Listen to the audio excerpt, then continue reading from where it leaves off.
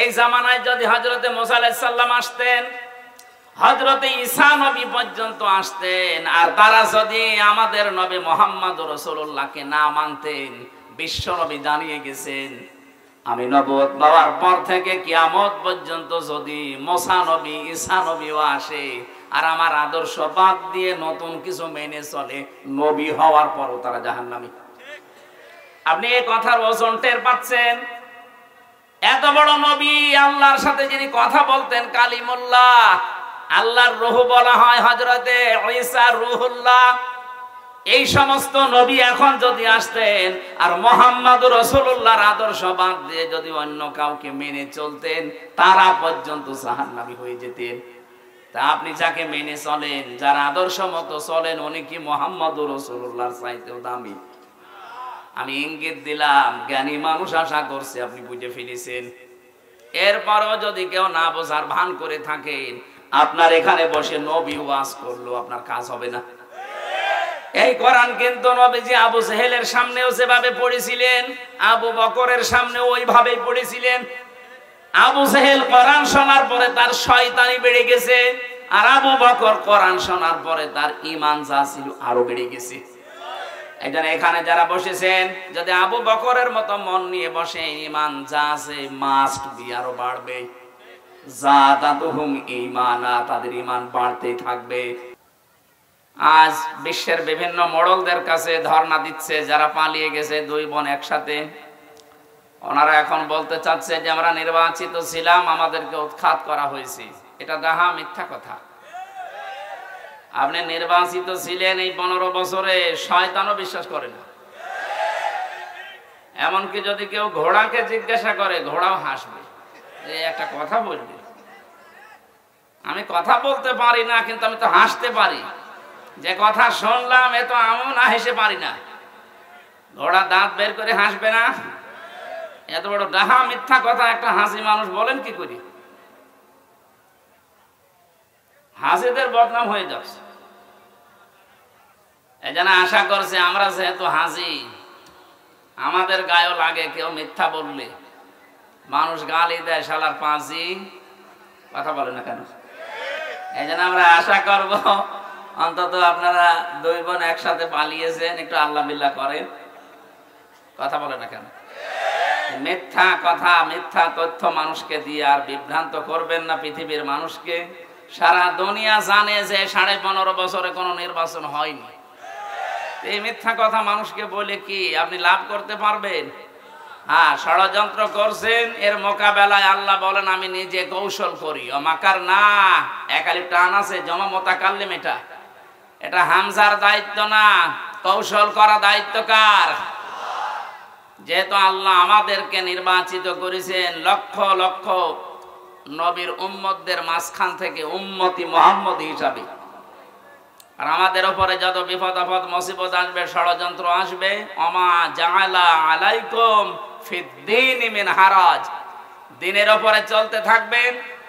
যত ষড়যন্ত্র আসবে, বিপদ আপদ আসবে, আল্লাহ বলেন আমি নিজে এখানে কর্তা, নিজে দায়িত্ব নিয়ে ওগুলো সব সরিয়ে দেব। আপনি লক্ষ্য করে দেখেন 15.5 বছরে জুলুম অত্যাচারের স্টিম রোলার যেভাবে চলেছে, 1500 বছর আগের কথা জানি না, কিন্তু 15.5 বছর দেখলে মনে হচ্ছে আমরা আগার সে আইয়ামে জাহিলিয়াতের যুগে ফিরে গিয়েছিলাম। এই কঠিন পরিস্থিতি মোকাবেলা করা শুধু আমাদের দ্বারা হয়নি, আল্লাহ নিজে এই বিপদ আপদ সরিয়ে দিয়েছে। সর্বশেষ সরিয়েছেন 2024 সালের 5 আগস্টে। কথা বলেন না কেন? কেন সরালেন? আল্লাহ রাব্বুল আলামিন বলেন ফালাম্মা নাসু মা যুকিরু বিহি ফাতাহনা আলাইহিম আবওয়াবা কুল্লা শাই। সূরা আনামের 44 নম্বর আয়াতে আছে, পৃথিবীর মানুষ যখন আমি আল্লাহর আদেশ নিষেধ ভুলে যায়, তখন তাদের বরকতের যা দরজা, শান্তির দরজা, ওগুলো আমি আল্লাহ খুলে দেই। লা ফাতাহনা, একটা দরজার কথা না, আবওয়াব বহু বচন দিয়েছেন, বাবের বহু বচন। ওদের আনন্দের যত দরজা আছে, সুখের যত দরজা আছে, আমি আল্লাহ নিজে খুলে দেই। কোন সময়? যখন তারা আমার আদেশ ভুলে যায়। আমরা দেখতে পেলাম 2006 সালের 28শে অক্টোবর যে ঘটনা তারা ঘটিয়েছে, তামাম পৃথিবীর ইতিহাস তারা পাল্টিয়ে ফেলেছে। বিশ্ববিদ্যালয়ে থাকাকালীন বহু ইতিহাস পড়েছি, কিন্তু এই ইতিহাস কোনোদিন পড়িও নাই, শুনিও নাই যে মানুষ হত্যা করার পরে লাশের উপরে ড্যান্স দেওয়া যায়। অথচ এটা দুনিয়ায় হয়েছে। এই কথা বলে না কেন? একটা কুকুরকে মারার পর লাশের উপরে ড্যান্স দিয়েছে, আমি পাইনি, দেখিও নি। কিন্তু জসিম ভাইকে তারা হত্যা করার পরে লাশের উপরে নৃত্য করেছে, ড্যান্স দিয়েছে। আমার ভাইরা, 6 সালের এই পরে 7 সালে ডিসেম্বর মাসে সিরাজগঞ্জ থেকে একবার অনুষ্ঠান করে বাড়ি যাচ্ছিলাম। তখন বাসে আসতাম, বাসের পেছনে ড্রাইভারের পেছনে বসে আছি, গাড়ি যাচ্ছে। হঠাৎ দেখলাম রাস্তার মাঝে একটা কুকুর মরে পড়ে আছে। ড্রাইভার কুকুরের ওপর দিয়ে না দিয়ে বাম দিয়ে চালিয়ে দিল, গাড়ি ঝাঁকি দিয়েছে। ড্রাইভারকে বললাম, আপনি এমন করলেন, এখনই তো উল্টিয়ে যেত। ড্রাইভার আমারে বলছে, দেখছেন একটা কুকুর মরে পড়ে আছে, আমি ডবল করে চাপা দেব, আমার বিবেক নেই। আরে ভাই, তো মরা কুকুর, এতে মেরে ফেললে কি আর না মারলে কি, তো মরেই গেছে। ড্রাইভার আমার দিকে ঘুরে বলছে, হুজুর আপনি কি আসলে হুজুর নাকি ভান ধরেছেন? আপনি কেমন হুজুর? আপনি দেখেন একটা মরা গরু, মরা কুকুর পড়ে আছে, আমি ডবল করে চাকা চালাবো, আমার বিবেক কি মরে গেছে? পিঠের উপরে থাবা দিয়ে বললাম, আপনার নাম কি? সুব্রত। নাম শুনে বুঝলাম ইমান নেই, কিন্তু বিবেক আছে। এক কথা বলছেন এখন, ইমান আছে, নামে বোঝা যাচ্ছে ইমান নেই। সুব্রত বালা, তার মানে বিবেক আছে। একটা মরা জিনিস, যদিও নিকৃষ্ট জীব কুকুর, তারপরও আপনি মারতে পারলেন না ডবল করে। এই পৃথিবীতে আমরা চোখে দেখা গত বছরে জীবিত মানুষকে পিটিয়ে সাপের মতো মেরে ফেলার পরে দেখলাম তার লাশের ওপরে ড্যান্স দিচ্ছে। এটাকে মানুষ বলা সম্ভব? এদের কাজ নিষিদ্ধ করা হচ্ছে এমনিতে না, আমি নাম ধরেই বলছি। ছাত্রলীগ নিষিদ্ধ করার মতো 100 কারণ আমি বলতে পারবো এখন, কিন্তু এদের বৈধতা দেওয়ার মতো একটা কারণ নেই। আপনি যাতে বৈধতা দেবেন কোন কারণে একটা দেখান। বিশ্বজিৎকে যারা মেরে ফেলতে পারে, একটা হিন্দু মানুষ যে মেরেছিল ওই শাওন, তাদের একজন আমার সাথে জেলে ছিল। বলছে, ভাই এমন কোপ দিলাম, আমারে বারবার বলছিল যে কিসের শিবির, আমি হিন্দু মানুষ, আমি আপনাদের মতো হাফ হাতা না, আমি ফুল হাতা, তারপরও ছাড়ি নাই। কথা বুঝতেছে? আমি ওই দিন ওই শব্দটা শুনেছিলাম যে আমরা মুসলমানরা হাফ হাতা আর ওরা ফুল হাতা। একটা একটা করে আপনি জাহাঙ্গীরনগর বিশ্ববিদ্যালয়ের দিকে তাকান, 100 মেয়ের ইজ্জত সম্ভ্রম নষ্ট করার পর ওরা মিষ্টি বিলোচন করেছে যে আমরা সেঞ্চুরি করলাম। 100টা কারণ আমার এই মোবাইলে আছে যে 100টা কারণে ওদের নিষিদ্ধ করা যায়, কিন্তু বৈধতা দেওয়ার জন্য আমি একটাও পাইনি। আপনি তো বলেন তো যে এই কারণে বৈধতা দেওয়া যায়, বলেন তো কি করেছে? এত যা করেছে সবে অবৈধ কাজ।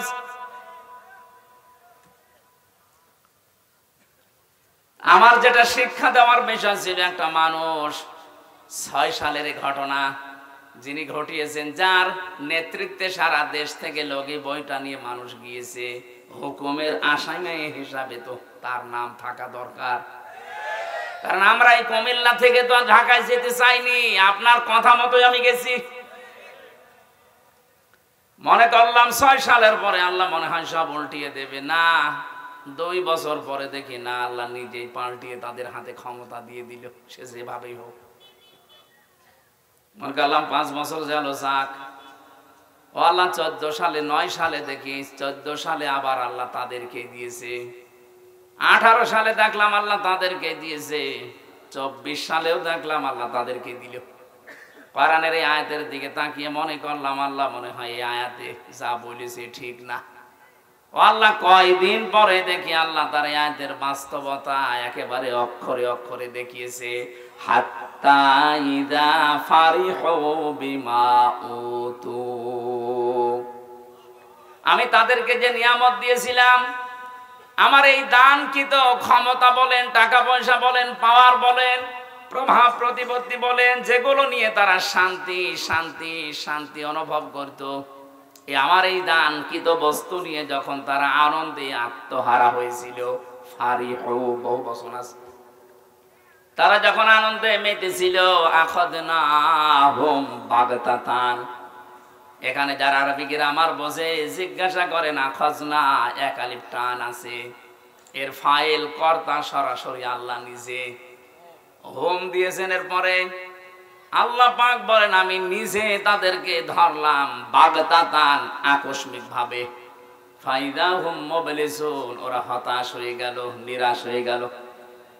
আপনি তাকান আয়াতের দিকে, ১৫০০ বছর আগে নাজিল হওয়া, আমার মনে হচ্ছে ২০২৪ সালের ৫ আগস্টে ১:৩০টার সময় নাজিল হয়েছে। ১:৩০টার সময় আল্লাহ এমন হঠাৎ করে ধরেছে যে দুপুরে খাবার খাবে তাও সময় পায়নি। এর নাম বাগতাতান, আকস্মিক ভাবে ধরা।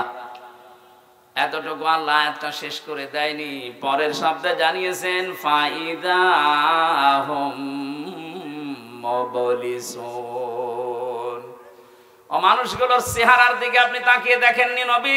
ওরা হতাশ হয়ে পড়েছে, নিরাশ হয়ে গেছে।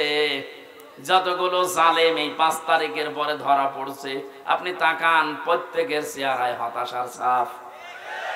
এই যে কালা মানিক, চেহারা দেখেছিলেন যেদিন ধরা পড়ে, কলার পাতায় শুয়েছিল, এমনকি বিসি পর্যন্ত উড়ে গেছে। ওর সংসার করার কাজ শেষ। সংসার করবা,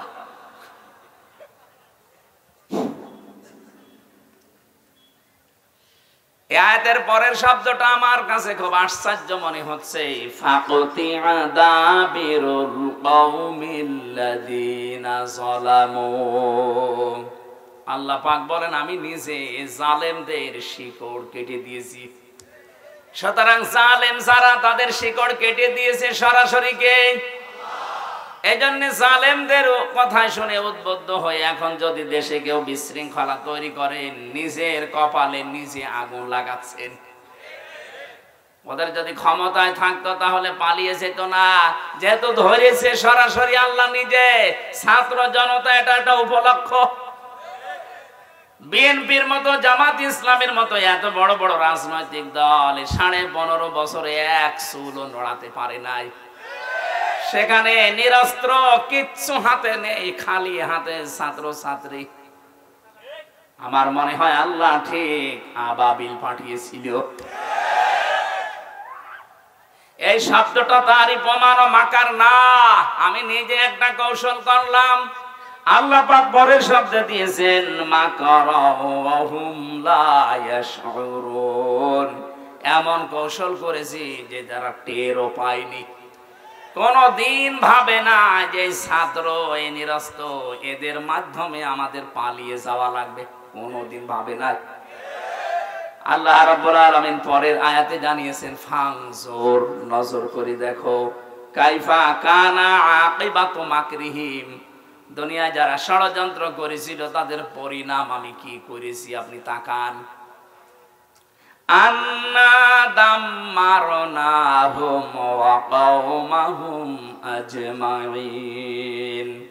আল্লাহ পাক শুধু আন্না দিতে পারতেন, আন্না একালি টান দিয়ে জানিয়েছেন অবশ্যই আমি ওদের এবং ওদের জ্ঞাতি গোষ্ঠী যারা ছিল প্রত্যেকের শিকড় আমি আল্লাহ নিজে কেটে দিয়েছি। তাদের প্রত্যেকের শিকড় কাটার দায়িত্ব কার? এজন্য শিকড় কেটে দিলে ওইটা আর দাঁড়িয়ে থাকতে পারে না। এদেশে জালেমদের ভিত আর নেই, ষড়যন্ত্র যাই করছেন বিভিন্ন ইস্যু নিয়ে, একটাও টিকবে না। যত ষড়যন্ত্র করবেন এদেশের ছাত্র আর জনতা, এরা কিন্তু আরো ইস্পাত শক্ত, কঠিন, মজবুত হবে।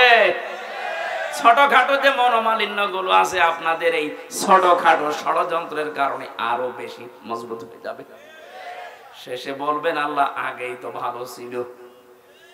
এই জন্য আমার মনে হয় ষড়যন্ত্রের ফাঁদে পা না দেওয়া, ওরা যখন পালিয়ে গেছে আমরা চাই ওরা আল্লাহ বিল্লাহ করে দুনিয়া থেকে মুসলমান হয়ে বিদায় নিয়ে চলে যাক। আর আমরা আহ্বান জানাবো এই দেশ থেকে আমরা যারাই বিদেশে পাঠাই তারা রেমিটেন্স যোদ্ধা, টাকা পয়সা এই দেশে পাঠায়। আপনারা 2 বোন আজ 3 মাস হয়ে গেল একটা টাকাও পাঠাননি। পাঠিয়েছে একটা টাকাও দেয়নি। কি করছেন আপনারা ওখানে? কারো স্বামীর বাড়ি, কারো দুলা ভাইয়ের বাড়ি, অন্তত কিছু দেন। যে ঋণের বোঝা দিয়ে গেলেন এই দেশে, এত ঋণ করেছেন আপনারা এই দেশে, এখন যত টাকা পাচার করেছেন এটা এখন শোধ তুলতে এই দেশে যেই জন্ম নেবে তার মাথার উপরে 1 লাখ টাকার উপরে ঋণ। আহ্বান জানাবো ওখানে বসে বসে ষড়যন্ত্র না করে, গটিয়ে না চাইলে 2 বোন মিলে টাকা পয়সা যেগুলো পাচার হয়েছে পাঠান, আমরা ঋণ পরিশোধ করি। এটা আমরা চাই না, এটা সারা দেশের মানুষই চাই। এজন্য আমি আর নিচে নামলাম না। পরের আয়াতটা শুনলে আপনার আরেকটু ভালো লাগবে, বলবো।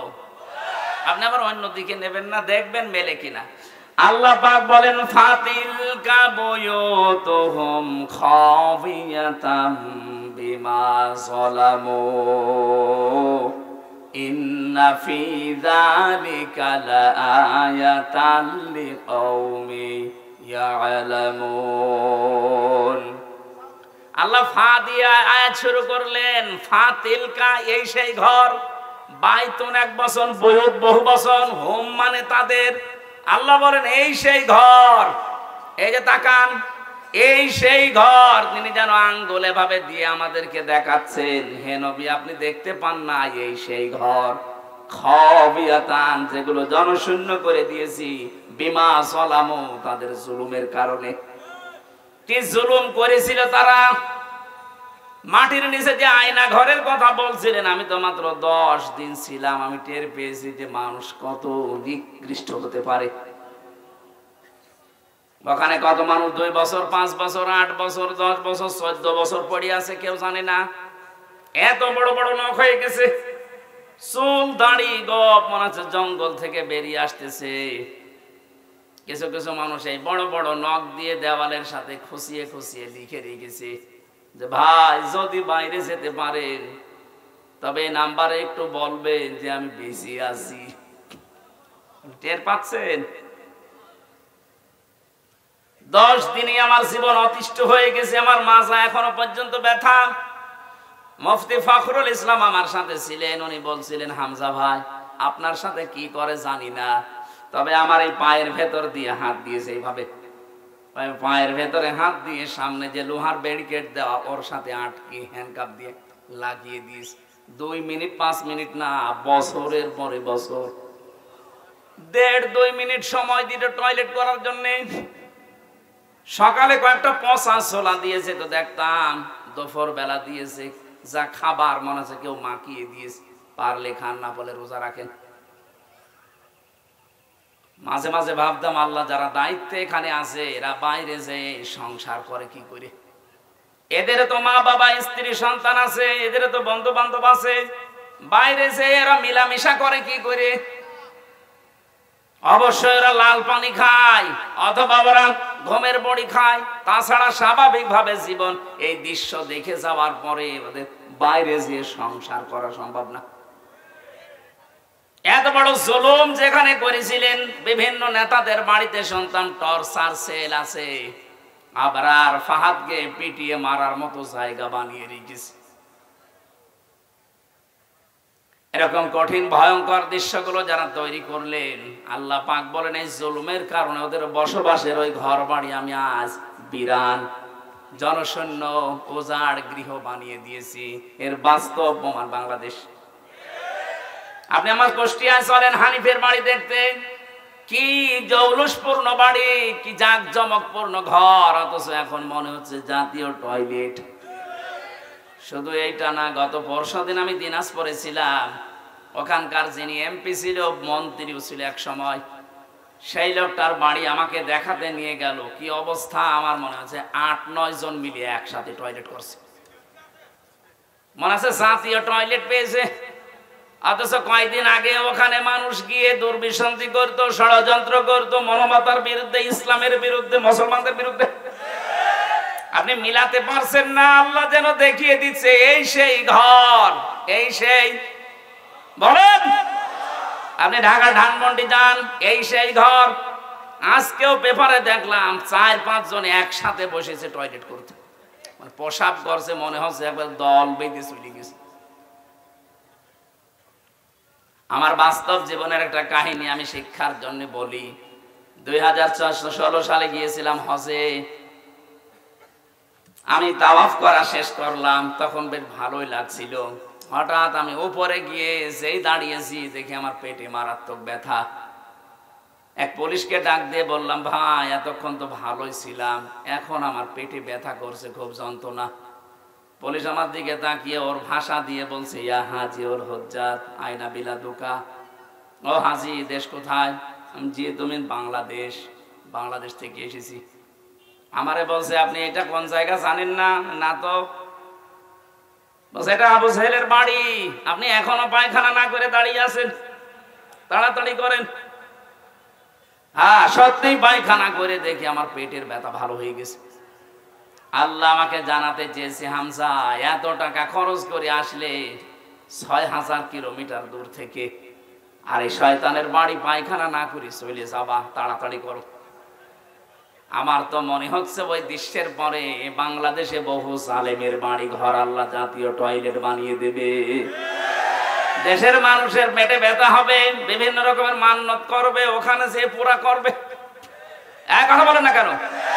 এখান থেকে আগামী প্রজন্ম যারা যারা যেন শিক্ষা নেয়, এজন্য আগে তিলকার আগে ফা দিয়েছেন, এটা ব্যাখ্যা। আল্লাহ বলেন শুধু এইটাই না, পরবর্তী যারা পৃথিবীতে জালেম হবে, জুলুম করবে, যেখানে বসে ওই জায়গাটা আল্লাহ অভিশপ্ত করে দেবে। এখানে আগামী যারা ক্ষমতায় বসবেন তারা যেন জালেম হয়ে না যান। আমি আশা করছি কথা বোঝাতে পেরেছি। এরপরেও যদি কেউ না বোঝার ভান করেন, এদিকে আসেন, ছড়ি কোদাল দিয়ে বোঝাচ্ছি। এটা আমি আয়াত খেলা করার জন্য পড়ি নাই।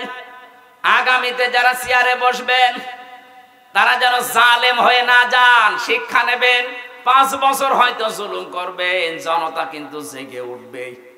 একবার যখন আবু সাইদের মতো জীবন দিয়া শিখা ফেলেছে, এদেরকে আর দাবানো যাবে না। এক আবু সাইদের কারণে লক্ষ লক্ষ আবু সাইদ আজ বাংলার বিভিন্ন জায়গায় দাঁড় হয়ে গেছে। ষড়যন্ত্র যদি না থামে, এরাও কিন্তু জীবন দিতে প্রস্তুত। এই জন্য সেই ফাঁদে পা দিয়েছেন, থামেন। ইসকনের নাম নিয়ে হোক আর বিভিন্ন নামে আজ যেগুলো চালাচ্ছেন, যেখানে আছেন ওখানে থামবেন। এটা কিন্তু ইন্ডিয়া না, এটা এখনো বাংলাদেশ। এদের হয়তো আর কিছু নেই, যতটুকু ঈমান আছে ঈমানের সামনে দাঁড়ানোর ক্ষমতা এখনো কারো নেই। কথা বলেন ঠিক কিনা? আমরা আর কিছু না মানি, অন্তত এটা বিশ্বাস করি যে আল্লাহ একজন আছে।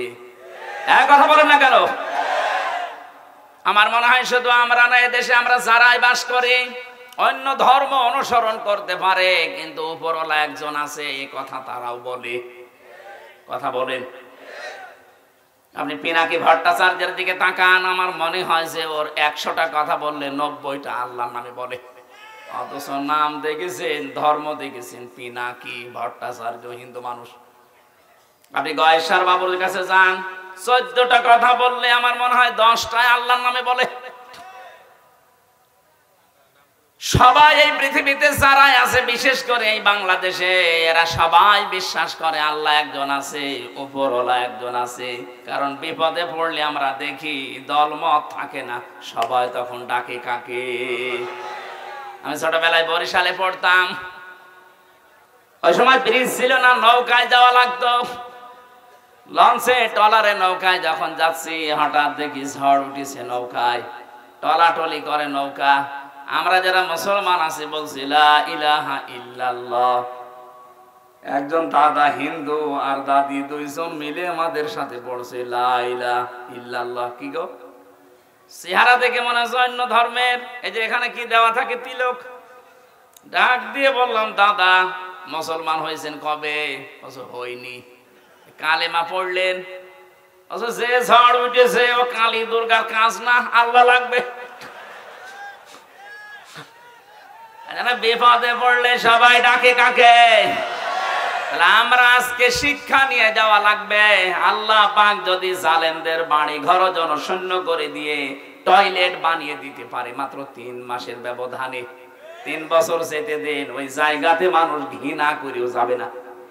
কারণ জায়গাটা আল্লাহ অভিশপ্ত করে দেয়। যেখানে বসে জালেমরা জুলুমের দুর্বিসন্ধি করে, ওই জায়গাটা আল্লাহ পৃথিবীর মানুষের কাছে ঘৃণিত, নিন্দিত, অভিশপ্ত করে দেয়। আমরা যারা সামনে কোনদিন যদি চেয়ারে কেউ যেতে পারি, আমরা আর যাই করি যেন জনগণের সাথে জুলুম না করি। আল্লাহ এটা আমাদের বোঝার মতো তৌফিক দান করো, বলেন আমিন। দরুদ আর সালাম পড়ছি মুহাম্মদ রাসূলুল্লাহ সাল্লাল্লাহু আলাইহি ওয়াসাল্লামের প্রতি।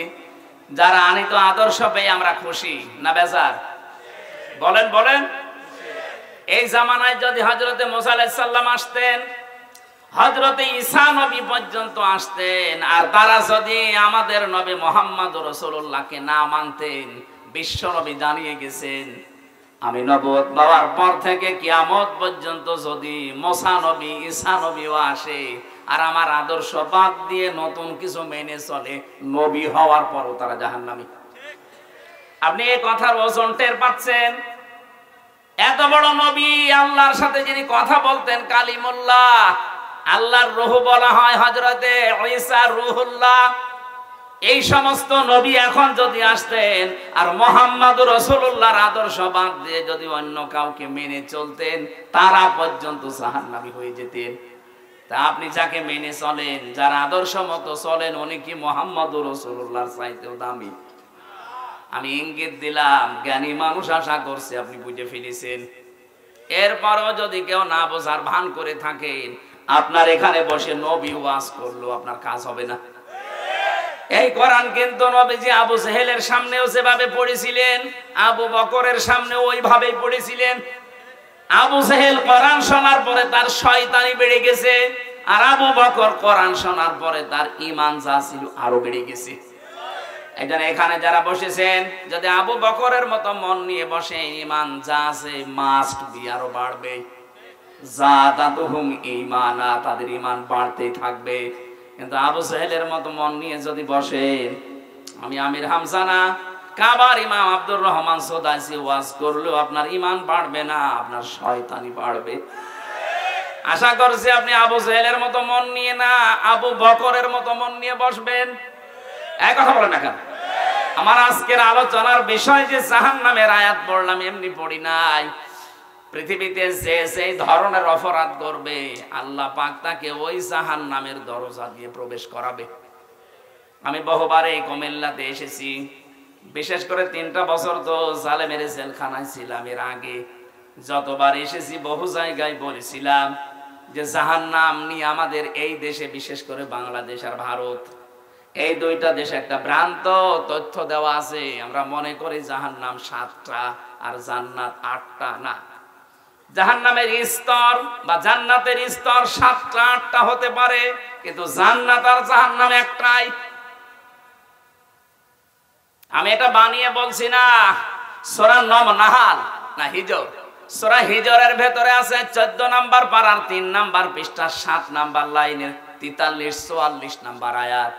আল্লাহ পাক বলেন, লাহা সাবআতু আবওয়াব লিকুল্লি বাবিম মিনহুম জুজউম মাকসুম। এই জাহান্নামের দরজা 7টা। যে যে ধরনের অপরাধ করবে, আল্লাহ তাকে দিয়ে সেই দরজা দিয়ে প্রবেশ করিয়ে শাস্তি দেবে। তাহলে জাহান্নাম কয়টা? এই যে প্রাইমারি স্কুল দেখেন, স্কুল তো একটা, ক্লাসরুম 5টা। যে যেই ক্লাসে পড়ে সেই দরজা দিয়ে সে প্রবেশ করে। আপনি ক্লাস 5-এ পড়েন, আপনি 4-এর ক্লাসে এসে বসে থাকবেন, আপনার কোনো লাভ আছে? ক্লাস 2-তে পড়েও কোনোদিন ক্লাস 5-এ এসে বসে থাকলে লাভ আছে? না, আপনাকে বসতেও দেবে না, ওখানে ক্লাস করতেও দেবে না। কারণ যে ক্লাসে পড়েন ওই দরজা দিয়ে প্রবেশ করে ওই জায়গায় বসেন। জাহান্নামে একটা, তার স্তর আল্লাহ বানিয়েছেন 7টা। আমরা জানি জান্নাত 8টা স্তর বানিয়েছেন, আমরা মনে করি 8টা না, আল্লাহ পাক জান্নাতের স্তর বানিয়েছেন 100টার উপরে। এই কোরআনে আছে, সবগুলো আমরা জানি না, আমরা মাত্র 8টা জানি। আর জাহান্নাম 7টা না, জাহান্নামও 100টার উপরে স্তর আছে, আমরা 7টা বেশি জানি। যে যেই ধরনের অপরাধ করবে আল্লাহ পাক বলেন তাকে ওই দরজা দিয়ে প্রবেশ করি আমি আল্লাহ শাস্তি দেব। কারণ জাহান্নামে এটা একটা ফাঁদ। এটা কি? পাখি ধরে মানুষ কি দিয়ে? ফাঁদ দিয়ে। বলেন না কেন? সূরা নাবার 21, 22, 23 এই 3টা আয়াতে ওই তথ্যগুলো আছে। তাফসীরুল কোরআন মাহফিল লিখেছেন, আমরা তাফসীর আকারে কথা বলবো ইনশাআল্লাহ। জবান খুলে এবার পড়েন, আউযু বিল্লাহি মিনাশ শাইতানির রাজিম। একটু বাতাস দেন তো 5 মিনিট। বিসমিল্লাহির রহমানির রহিম।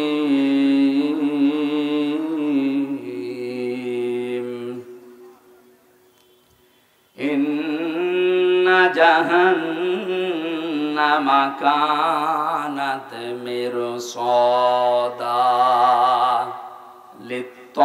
লিত্তাগীনা মাআবা লাবিসিনা ফিহা আহকাবা। সাদাকাল্লাহুল আযীম। সূরা নাবা। নাবা মানে এই আপনারা ঘুমাচ্ছেন, এটা ক্লাস চলছে, 1 ঘন্টার ক্লাস চলছে, ছাত্রের মতো জবাব দেবেন। 1 2 ছেলে মেয়েরা যেখানে জবাব দেয় কি করে? জি বলে এইভাবে বলবেন। যদি বলতে না পারেন যে ক্লাসে আছেন, আপনাকে কিন্তু নামিয়ে দেওয়া হবে। এক ছেলে যে কাঁদছিল বাবার কাছে, আব্বা কি হয়েছে? রেজাল্ট দিয়েছে। রেজাল্ট দিয়েছে, কাঁদিস কেন? ফেল করেছিস? কথা বলছে না। যে থাপ্পড় দিয়েছে বলছে, আব্বা ফেল করলে তো একটা কথা ছিল, ছিলাম 5-এ নামিয়ে দিয়েছি 3-তে। কি ছাত্র দেখে, আর পরীক্ষা কি দিয়া দিয়েছে। ফেল করলে তো অন্তত ক্লাসে থাকতে পারতাম। এমন পরীক্ষা দিয়েছি, স্যাররা রাগ করে আমার 2-3 নামিয়ে দিয়েছে। এখনো 5 পড়তে আমার 3 বছর লাগবে। এখানে যারা ক্লাস করছেন আজকে জবাব দেবেন একেবারে 5-এর মতো, যেন অন্তত 6-এ ওঠা যায়। এক কথা বলে না কেন? হ্যাঁ, এইভাবে জবাব দেবেন। আজকের আলোচনাটা গুরুত্বপূর্ণ এই জন্যে, পৃথিবীতে আমরা যে যেই ধরনের কাজে আছি, অপরাধে আছি, আমলে আছি, এইটা দিয়ে আল্লাহ জাহান্নামের ওই দরজা প্রস্তুত করে রাখবে। কারণ এটা একটা ফাঁদ আমাদেরকে ধরার জন্য আল্লাহ বানিয়েছেন। আমরা এখন নিজেরাই চিন্তা করবো যে আমাদের জীবনের দিকে একটু তাকাই, আসলে আমি কোন দরজা দিয়ে প্রবেশ করার মতো উপযুক্ত হলাম। যদি হয়ে থাকি তাহলে এই মুহূর্তে রাস্তা বাদ দিয়ে জান্নাতের 100টা স্তর আছে, যে কোনো একটা রাস্তায় আমি দৌড়াবো। কথা বলেন না কেন? আশা করছি আপনি বুঝবেন যদি স্থির থাকেন। আল্লাহ বলেন অবশ্যই জাহান্নাম কানাত মিরসাদা, এটা একটা ফাঁদ, এটা আমি বানিয়েছি। কেন এ ফাঁদ বানালাম? কাদের জন্য? লিত্তাগীনা মাআবা। 1 নম্বরে যারা দুনিয়ায় সীমা লঙ্ঘন করে, 2 নম্বরে এই পৃথিবীর ময়দানে লাবিসিনা ফিহা আহকাবা। প্রথম নাম্বার কারণটা আমরা শেষ করি আগে। সীমা লঙ্ঘন দুনিয়া যারা করবে তাদের স্থায়ী এবং কোনদিন তারা এখান থেকে আর বের হবে না, এইটাই তাদের জায়গা। তাহলে প্রথম নম্বরে জাহান্নামে, এই যে একটা নাম, এটা যে দরজাগুলোর নাম বলছি, জাহান্নাম একটা, লাজা একটা, হতমা একটা, হাবিয়া একটা, সাঈর একটা, সাকার একটা, এরকম 7টা দরজা, মেন দরজা আছে, আর ছোটখাটো দরজা 100টার উপরে। এর প্রথমটায় ভয়ঙ্কর একটা নাম, জাহান্নাম। নাম কি? বলেন বলেন। একটা দরজার নাম মনে করেন এটা ক্লাস 5-এর দরজা, এখান দিয়ে আল্লাহ প্রবেশ করাবে। প্রথম নাম্বারে তাদেরকে প্রবেশ করাচ্ছে দুনিয়াতে যারা সীমা লঙ্ঘন করেছেন। সীমা লঙ্ঘন কি? সেই দুনিয়া তৈরির পর থেকে আল্লাহ এটা আমাদেরকে আগে জানিয়েছেন, আমাদের আদি পিতা আদমের মাধ্যমে। হযরতে আদম আলাইহিস সালাম জান্নাতের ভেতরে বেশ আরামে ছিলেন। কিন্তু তার মনের ভেতরে একটা অজানা অশান্তি ঘুরপাক খাচ্ছিল। রব্বুল আলামিন এটা টের পেয়ে তার ঘুমন্ত অবস্থায় বাম পাঁজরের একটা হাড় বের করে একটা সুন্দর মহিলাকে আল্লাহ বানিয়ে রাখলেন, নাম দিলেন হাওয়া। হযরতে হাওয়া এত সুন্দরী ছিল, যেহেতু আল্লাহ নিজে হাতে করে তাকে বানিয়েছেন। আল্লাহ পাক বলেন, লাকাদ খালাকনাল ইনসানা ফি আহসানি তাকওয়িম। মানুষের এই চেহারাকে আমি আল্লাহ এত সুন্দর করে বানিয়েছি। তাফসিরে আয়াতের তাফসির পড়তে গিয়ে দেখলাম, পৃথিবীর জমিনে যত নারী আল্লাহ পাঠিয়েছেন, 4 জন নারীকে আল্লাহ সবচাইতে সুন্দর বানিয়েছিলেন। তার 1 নম্বরে হযরতে হাওয়া, 2 নম্বর ওই যে জুলাইখা, 3 নম্বরে ইব্রাহিম নবীর প্রথম স্ত্রী হযরতে সারা, 4 নম্বরে নবীজির ছোট মেয়ে হযরতে ফাতেমাতুজ জোহরা রাদিয়াল্লাহু তাআলা আনহা। এত সুন্দর করে আল্লাহ তাদেরকে বানিয়েছিলেন, কিয়ামত পর্যন্ত এত সুন্দরী মানুষ আর দুনিয়ায় আসবে না। আমরা ঐশ্বরিয়াকে দেখে অনেক অজ্ঞান হয়ে যায়। হযরতে আদমের স্ত্রী হাওয়া আলাইহিস সালাম, আমাদের আদি মাতা, তাকে দেখলে আপনি না খেয়ে থাকতেন। এজন্য আমাদের আদি পিতা হযরতে আদম ঘুম ভাঙার পরেই তাকে দেখলেন, তাকালেন, ধরতে গেলেন। এটা বিপরীত লিঙ্গের প্রতি একটা আকর্ষণ। এক কথা বলছেন, বিপরীত লিঙ্গের প্রতি এটা কি? আরো জোরে বলেন। এটা তৈরি করে দিয়েছে কে? যুয়িনা লিন-নাসি হুব্বুশ শাহাওয়াতি মিনান নিসা। মানুষের কাছে আকর্ষণীয় করে দিয়েছি 9টা জিনিস। তার 1 নম্বরে স্ত্রী, মেয়ে লোক। এই আকর্ষণকে আজ বিকর্ষণে পরিণত করে আজ বাংলাদেশে সমকামিতা আরম্ভ করতে যাচ্ছে, যে মেয়ে লোকে বিয়ে করবে। এটা আজকেও কুষ্টিয়ায় একজন করেছে, পত্রিকায় পেলাম, আজকেও কুষ্টিয়ায় একজন করেছে। মহিলা বিয়ে করবে, তারা জিদ ধরেছে, বিয়ে যদি না দেন 2 জনে আত্মহত্যা করব। কোথায় নেমে গেছে এদের রুচি? কয়েকদিন পরে দেখবেন পুরুষে আন্দোলন করবে যে আমরাও বিয়ে করব। আল্লাহর পুরা সৃষ্টিকে এরা পাল্টে ফেলতে চায়। আল্লাহ পাক বলেন, আদম আলাইহিস সালামের বিপরীত লিঙ্গের প্রতি আমি আল্লাহ একটা আকর্ষণ তৈরি করে দিলাম।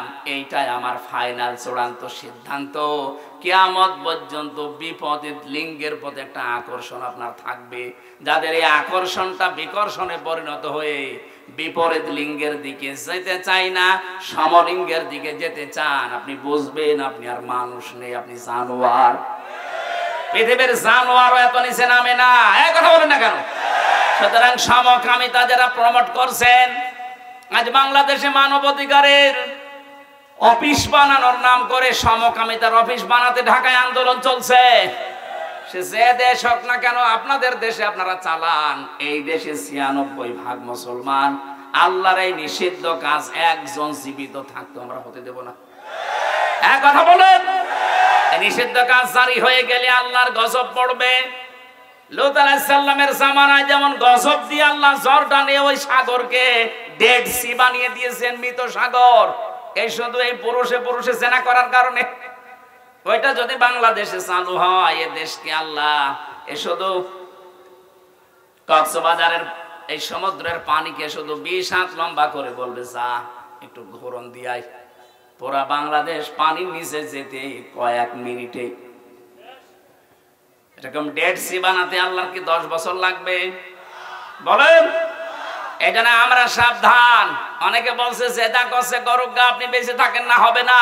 2 তলা নৌকা চলছে, উপর তলায় আমরা আছি বড় বড় হুজুর নিয়ে, নিচ তলায় আছে ইনারা। বারবার উপর তলায় পানি নিয়ে আসতে যায়। আমরা যদি বলি ঝামেলা করেন কেন, নিচে পানি নেই, ওরা বলেছে ঠিক আছে, তোমার উপরে আর ডিস্টার্বে আসবো না।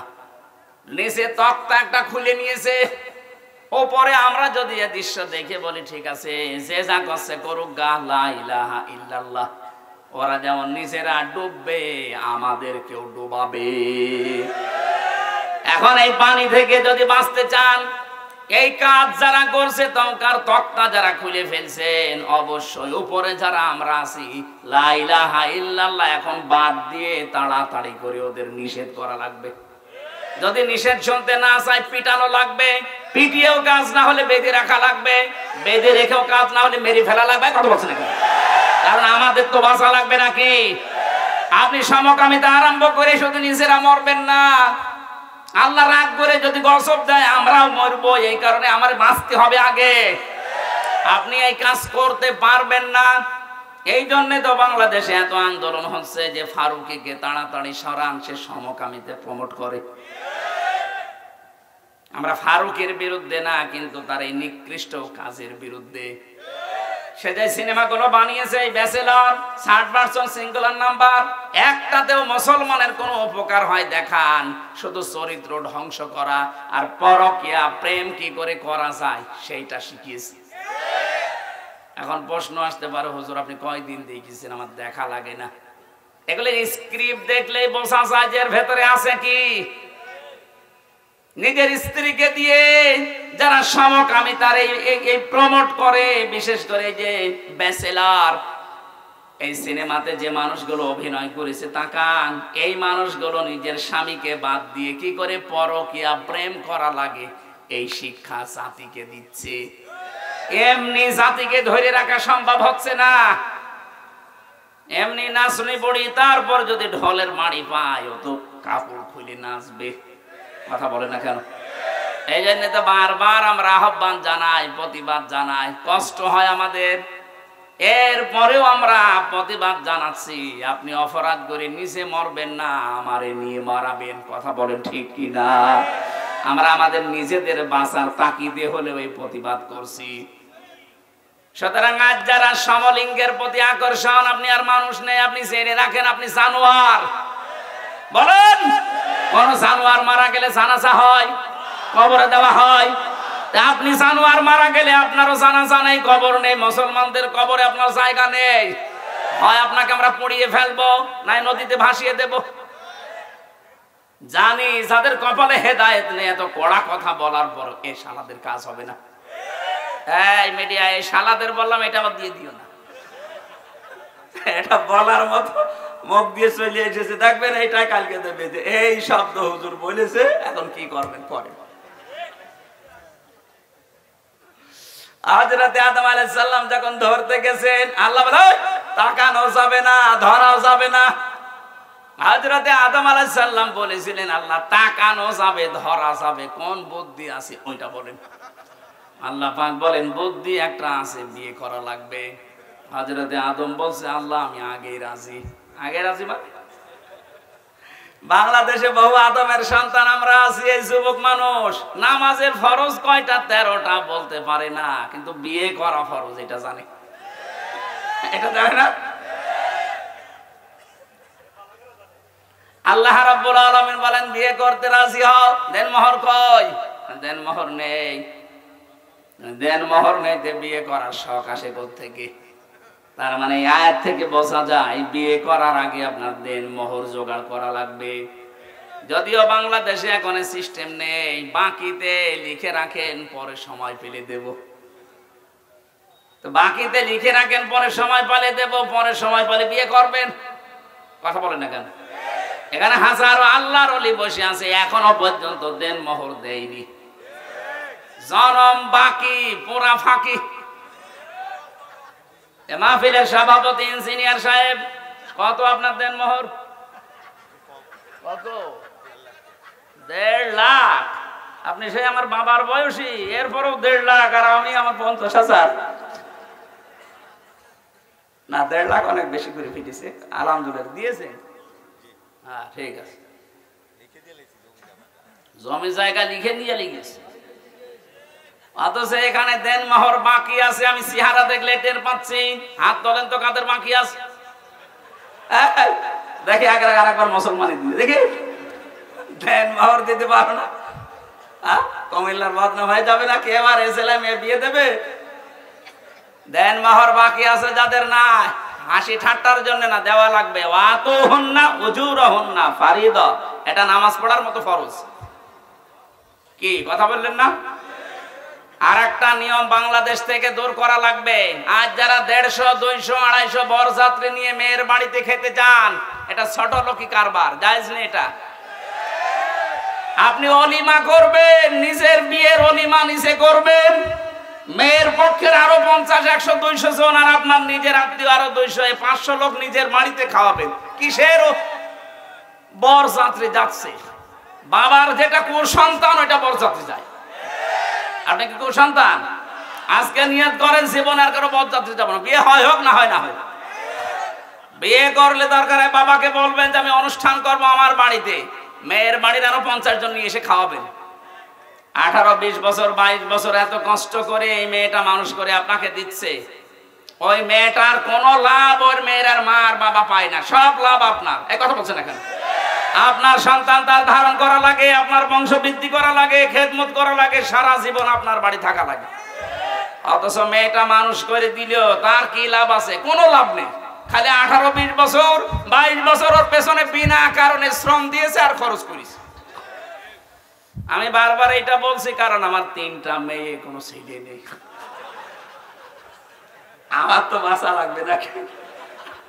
না ভাই, এটা মাসলা, আপনি মেনে নেন, অন্তত আমাকেও বাঁচান। আমার ছেলে 3টা হলে আমি মাসলা বলতাম না মনে হয়। না, এই নিয়ম বাংলাদেশে যেহেতু আছে, কুমিল্লা ছেলে আছে কিনা জানি না, বরযাত্রী যান, এটা পাল্টাবেন। মেয়ের বাড়ি থেকে আরো 100-150 মানুষ নিয়ে আসবেন, নিজের পক্ষ থেকে আরো 150, 300 মানুষ খাওয়াবেন নিজের বাবার টাকা খরচ করে। কিসের বরযাত্রী যাচ্ছেন আপনি? হযরত আদম বলেছিলেন, আল্লাহ আমার অর্থ নেই, আমি দেনমোহর দেব দিকরে। আল্লাহ তাকে শিখিয়েছিলেন, আমার নবী মুহাম্মদুর রাসূলুল্লাহর উপরে 10 বার দরুদ শরীফ পড়ো।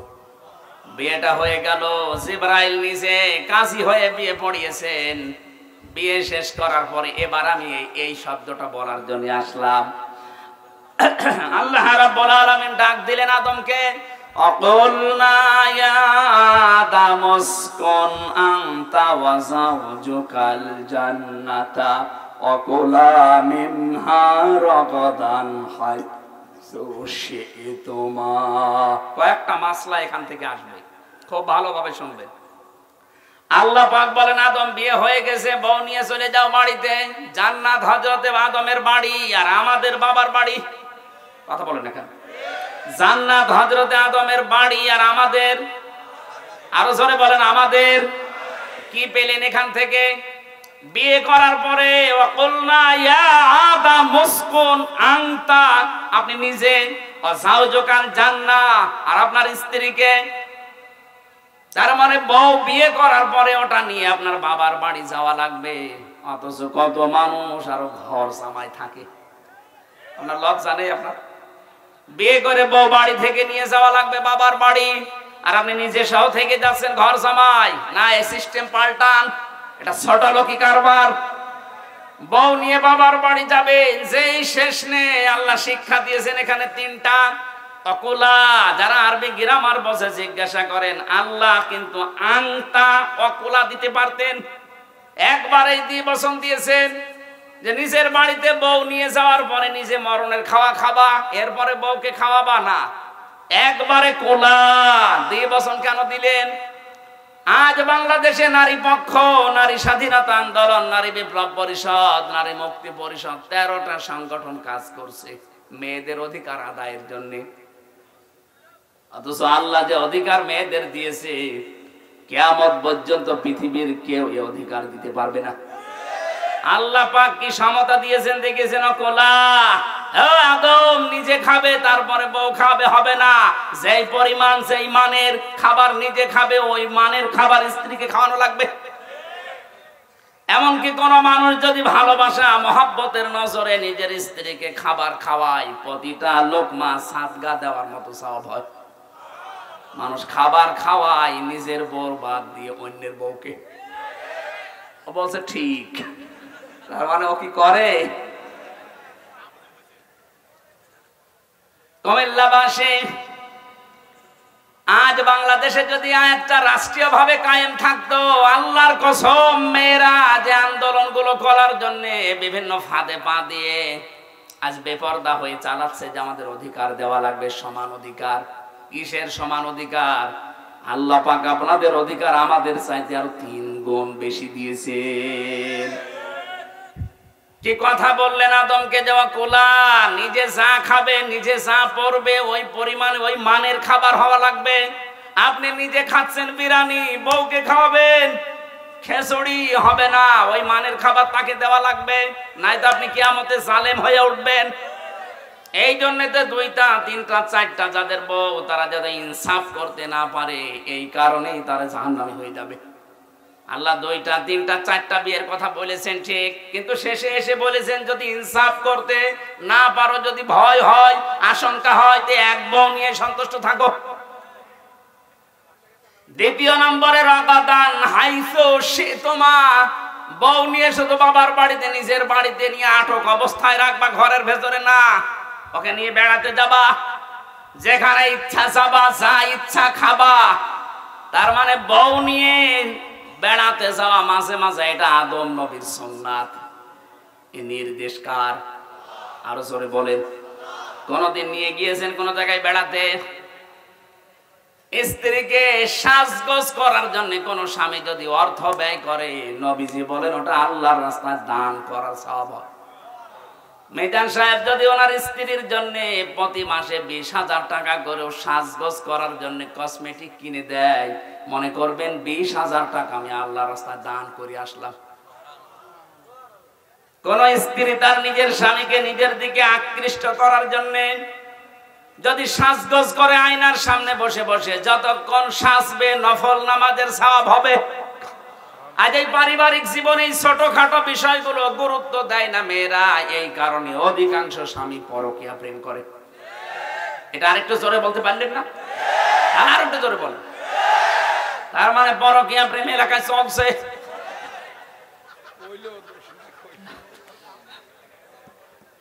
না, সম্মানিত মা বোন, আমি দেখলাম হাজারো মেয়েরা আপনার এই ছোটখাটো একটু ব্যবহারের কারণে হাজারো স্বামী আজ অন্য জায়গায় লাইন করতে বাধ্য হচ্ছে। অথচ নেককার মহিলার যে গুণাগুণ, তার প্রথম নাম্বারে গুণ হবে ইদা নাজারা ইলাইহা সাররাতুহু, স্বামী যখন আপনার দিকে তাকাবে যেভাবেই হোক স্বামীকে আপনি আনন্দ দেবেন।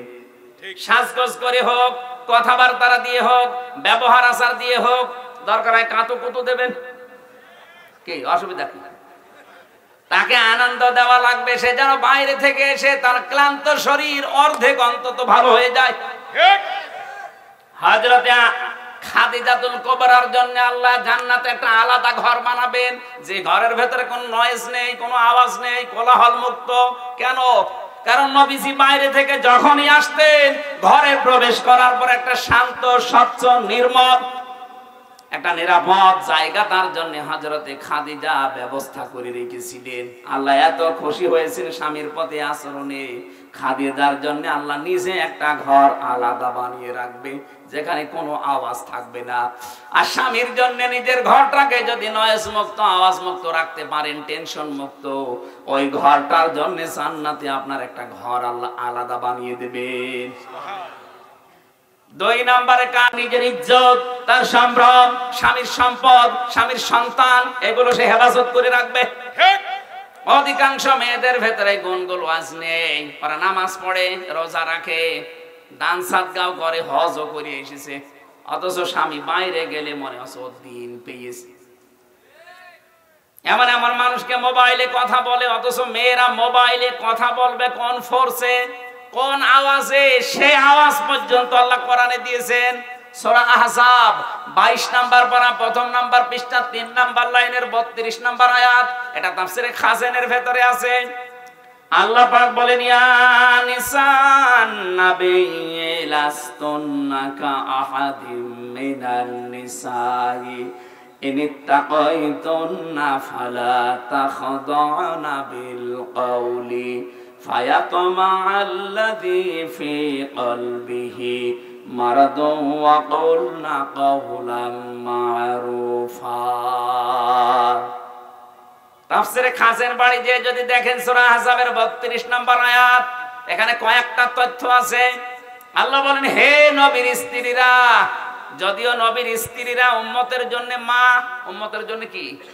মায়ের প্রতি কেউ যত খারাপ ছেলে হোক, খারাপ ধারণা করে, বলেন বলেন, অথচ আল্লাহ সেই মায়ের নাম দিয়ে বললেন, হে নবীর স্ত্রীরা, যদি কারোর সাথে কথা বলতে হয় পর্দার আড়াল থেকে, হেজাবের বাইরে থেকে, এখন আর পর্দার আড়ালে হেজাবের বাইরে না, এখন হচ্ছে মোবাইল ফোন ফ্যাক্স, এই কথা বলে না।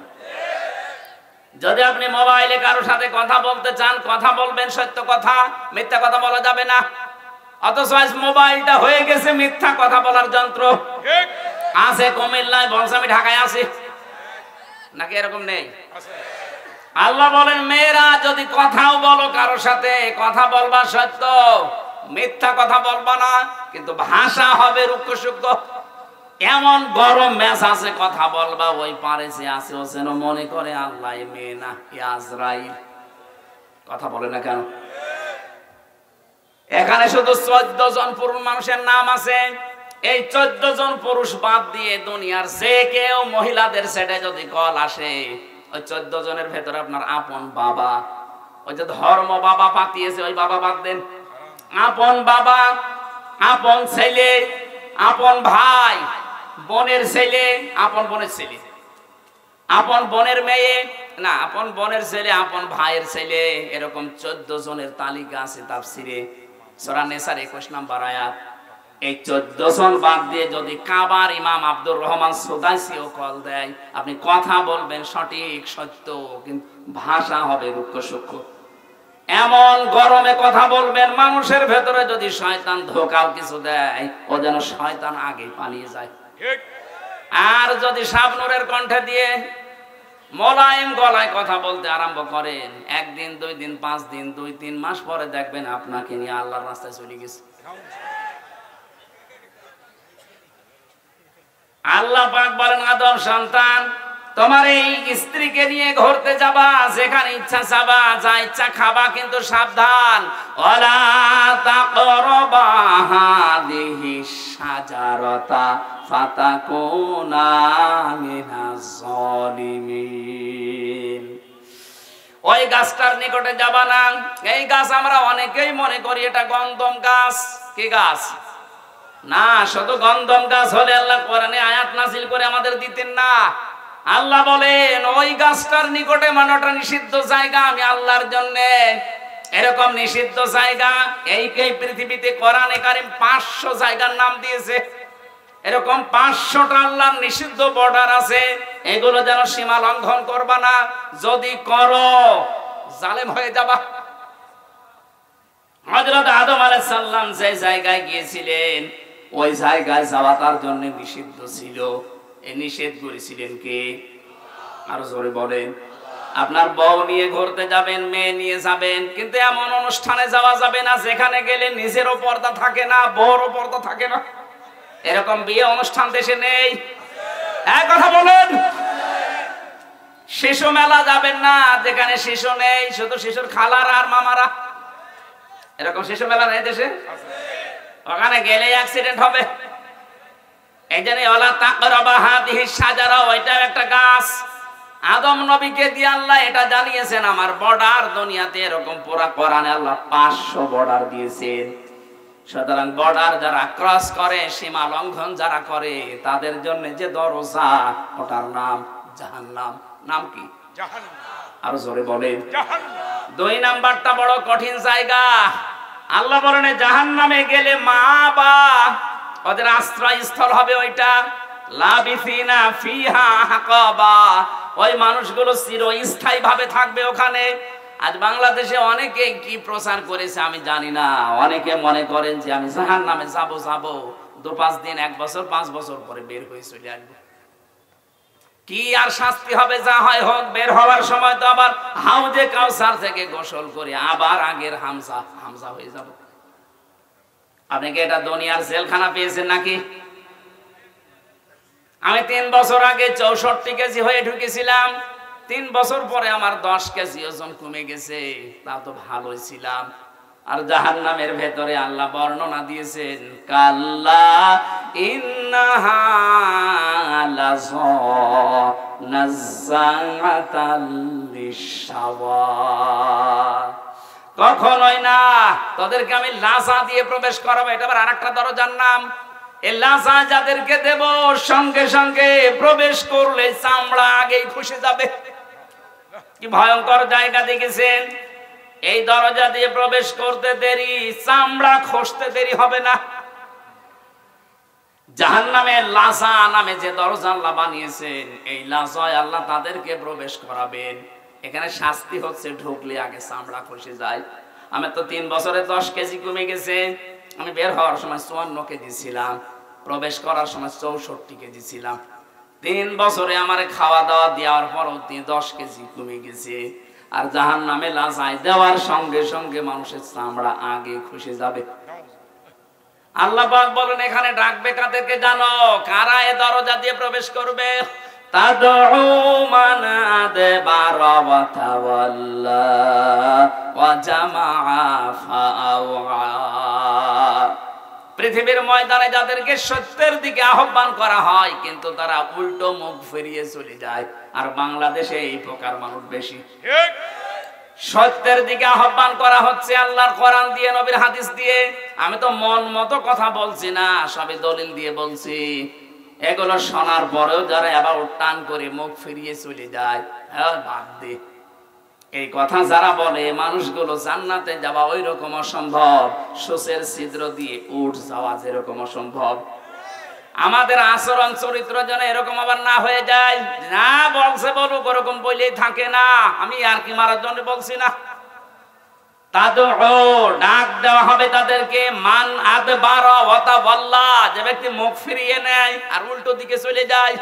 আজ বাংলাদেশে এই অভ্যাসটা আমাদের অধিকাংশের হয়ে গেছে। না যে যত কোরআনের কথা এদেশে বলা হচ্ছে, এ দেশটা জান্নাত হয়ে যাওয়ার কথা। ঠিক। বিশ্বের কয়েকটা দেশ আমি কিছুদিন আগেও তো ঘুরে আসলাম। এই যে সিঙ্গাপুরে, মালয়েশিয়াতে এত কড়াকড়ি। সিঙ্গাপুরে কথা বলতে গেলে আমাদের দেশের মতো ওখানে 14 জায়গায় অনুমতি নেওয়া লাগবে। আমি এক জায়গায় কথা বলেছিলাম, অনুমতি নেওয়া ছিল না। এজন্য যারা আয়োজন করেছিল ওরাও বিপদে পড়ে গিয়েছিল আমাদের দেশের মতো। ওই দেশে কোরআনের কথা এত ওপেনলি না, সব ঘরের ভেতরে, অডিটোরিয়ামের ভেতরে, মসজিদে, এরকম জায়গা বিশেষ আছে। আর আমাদের দেশে এত উন্মুক্ত থাকার পরেও আমরা দেখতে পাচ্ছি সত্যের দিকে আলেমরা হাত পা ধরতে বাকি আছে। এত দরদ মাখা কণ্ঠ নিয়ে আপনাদের বাঁচাতে চাই, জাতির লোকেরা দেখি না অ্যাবাউট টান করে উল্টা দিকে চলে যাচ্ছে। আপনি কিন্তু জাহান্নামে লাসা, এই দরজা দিয়ে যাওয়ার উপযুক্ত হয়ে গেছে।